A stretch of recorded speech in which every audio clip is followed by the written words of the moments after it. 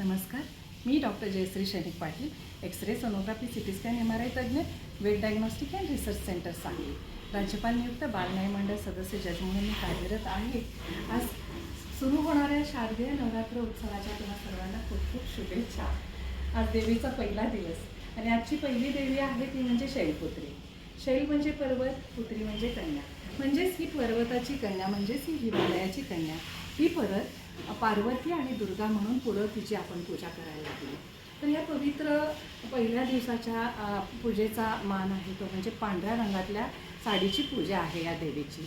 आणि पांढरा रंग हा पावित्र्याचं प्रतीक आहे, शुद्धतेचं प्रतीक आहे, शांततेचं प्रतीक आहे, आध्यात्मिकतेचं प्रतीक आहे, आत्मविश्वासाचं प्रतीक आहे. काही धर्मामध्ये पांढऱ्या रंगाला खूप महत्त्व आहे आणि वैद्यकीय क्षेत्रामध्ये सुद्धा पांढऱ्या रंगाला अनन्यसाधारण महत्त्व आहे. तर अशा ह्या आजच्या पांढऱ्या दिवसाच्या, शुद्ध दिवसाच्या, पावित्रतेच्या आपल्या सर्वांना पुन्हा एकदा खूप खूप शुभेच्छा.